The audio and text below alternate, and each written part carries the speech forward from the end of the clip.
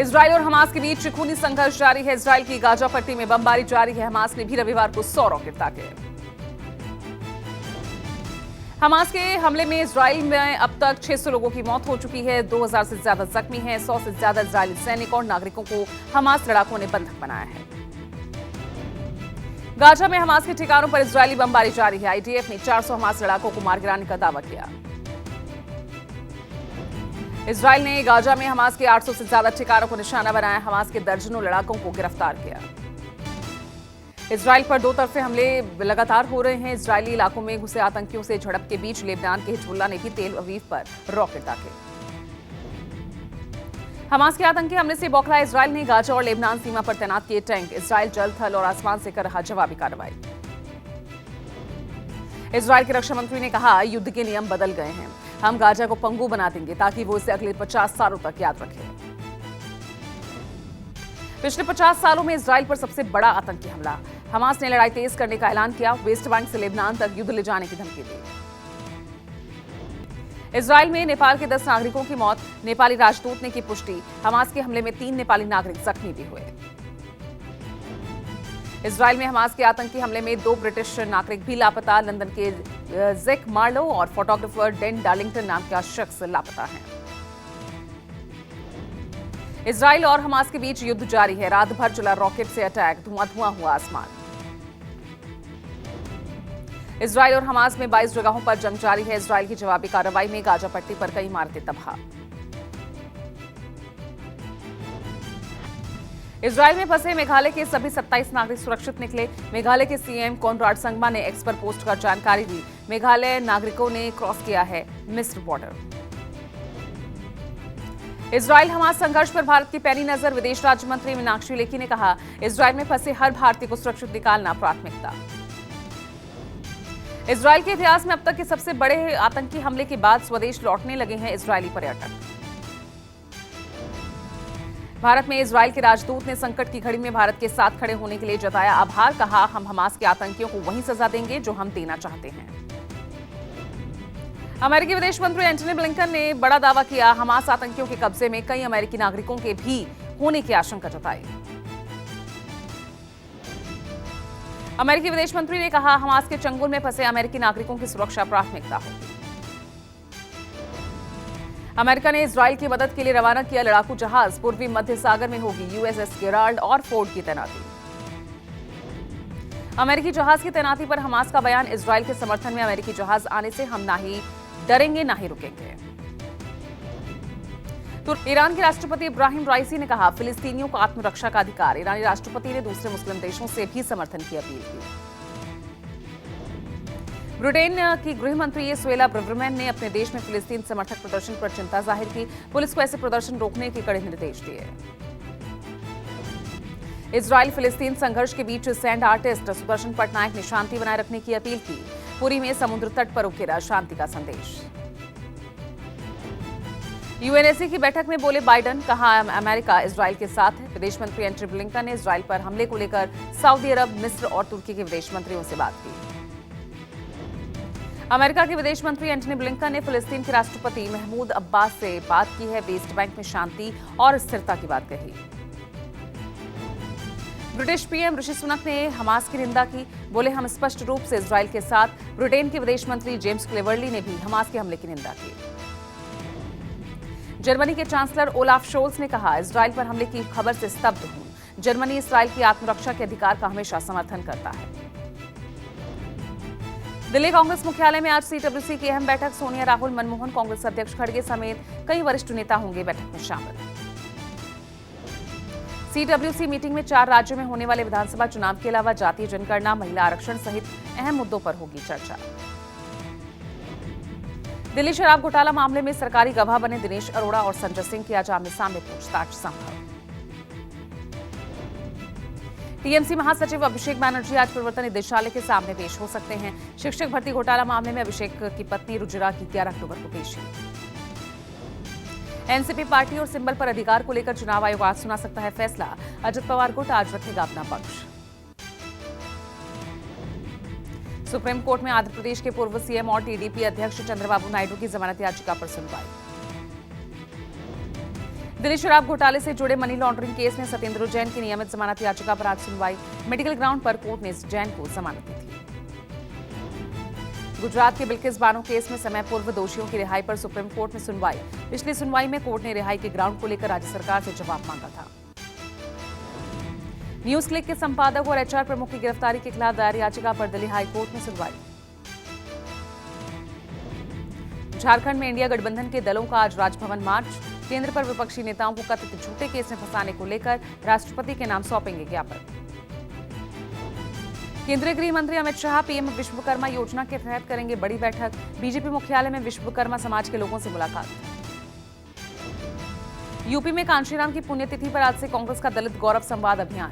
प्रदेश अध्यक्ष अजय राय बाराबंकी से करेंगे कार्यक्रम की शुरुआत।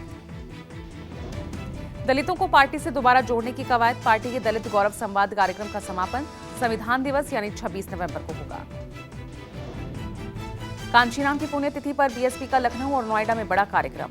महानिर्माण दिवस पर पार्टी सुप्रीमो मायावती कर सकती है कार्यकर्ताओं को संबोधित। समाजवादी पार्टी की अंबेडकर वाहिनी आज राज्य भर में मनाएगी कांशीराम की पुण्यतिथि। कोलकाता में राजभवन के बाहर टीएमसी का 5वां दिन भी जारी है प्रदर्शन। दार्जिलिंग से लौटे राज्यपाल सीवी आनंद बोस ने 3 सदस्यीय टीएमसी प्रतिनिधिमंडल से मुलाकात की। मुंबई में खुली जगह और मैदान के रखरखाव का जिम्मा निजी हाथों में सौंपने के फैसले का विरोध। बीएमसी के फैसले को कांग्रेस ने बताया असंवैधानिक। उज्जैन के महाकालेश्वर मंदिर के गर्भगृह पर गरमाई सियासत। कांग्रेस नेता दिग्विजय सिंह का आरोप, मंदिर प्रबंधन सीएम सहित बीजेपी नेता और उद्योगपतियों को ही दे रहा गर्भगृह में प्रवेश। बिहार में जातीय जनगणना की प्रामाणिकता पर उठे सवाल।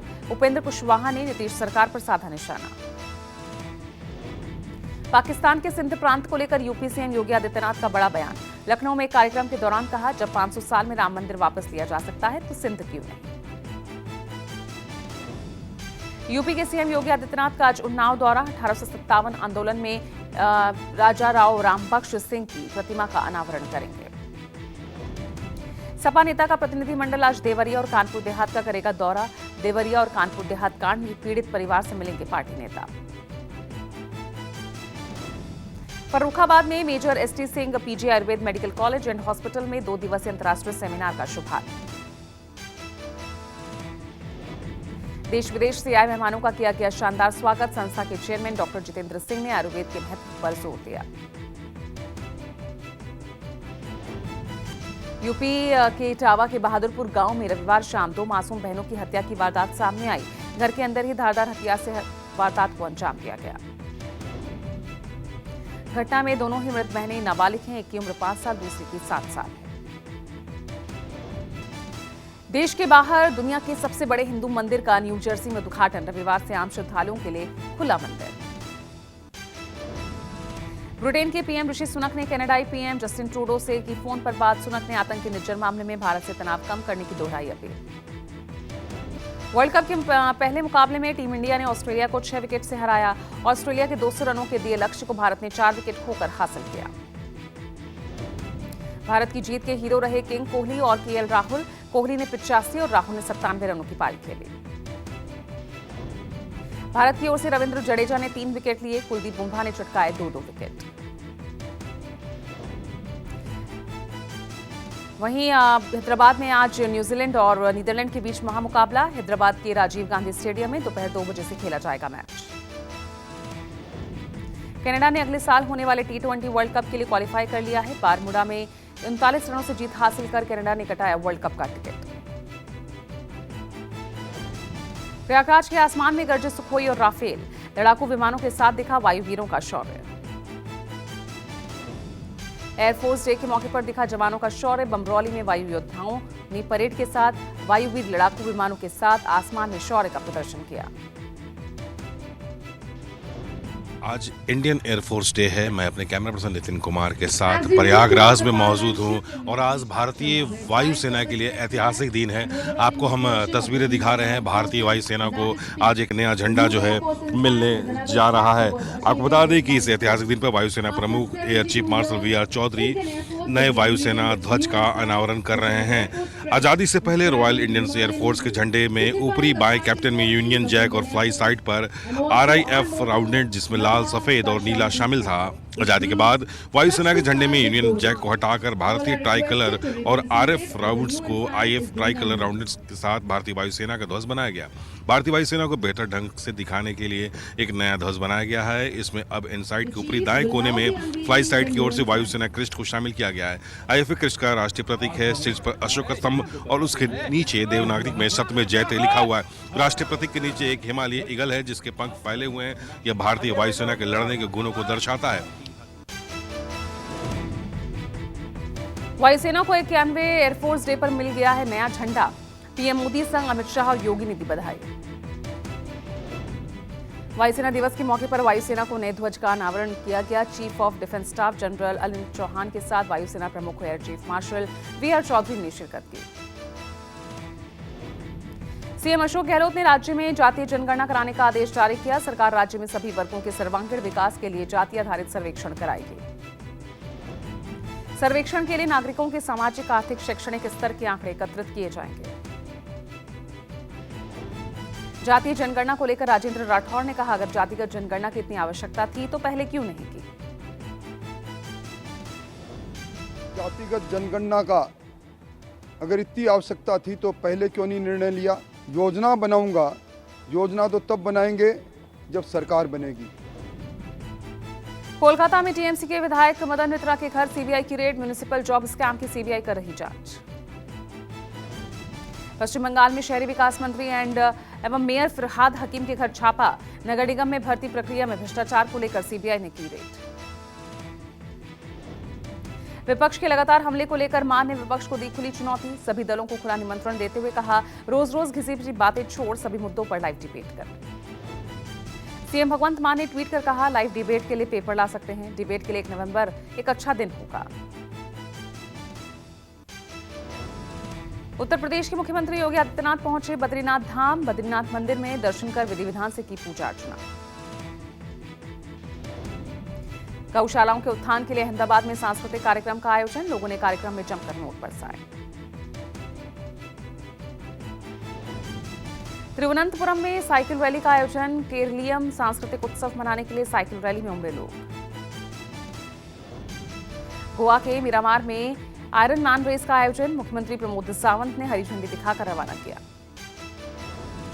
दिल्ली के जवाहरलाल नेहरू स्टेडियम से एकल रन 2023 का आयोजन। एकल रन में बड़ी संख्या में लोगों ने हिस्सा लिया। सिक्किम में आई अचानक बाढ़ से प्रभावितों की राहत और बचाव कार्य जारी है। बाढ़ प्रभावितों के लिए खाने और दवाओं के पैकेट बांटे गए। बादल फटने के बाद सिक्किम में आई बाढ़ को लेकर गृह राज्य मंत्री अजय कुमार ने सीएम तवांग से मुलाकात की। उन्हें नदी पर एक अस्थायी रोपवे बनाया। रोपवे के जरिए नदी पार में फंसे लोगों को मदद पहुंचाई जा रही। सिक्किम में बाढ़ में फंसे मेघालय के 26 स्टूडेंट्स शिलोंग पहुंचे। सिक्किम में बादल फटने के बाद आए सैलाब में मेघालय के 26 छात्र फंस गए थे।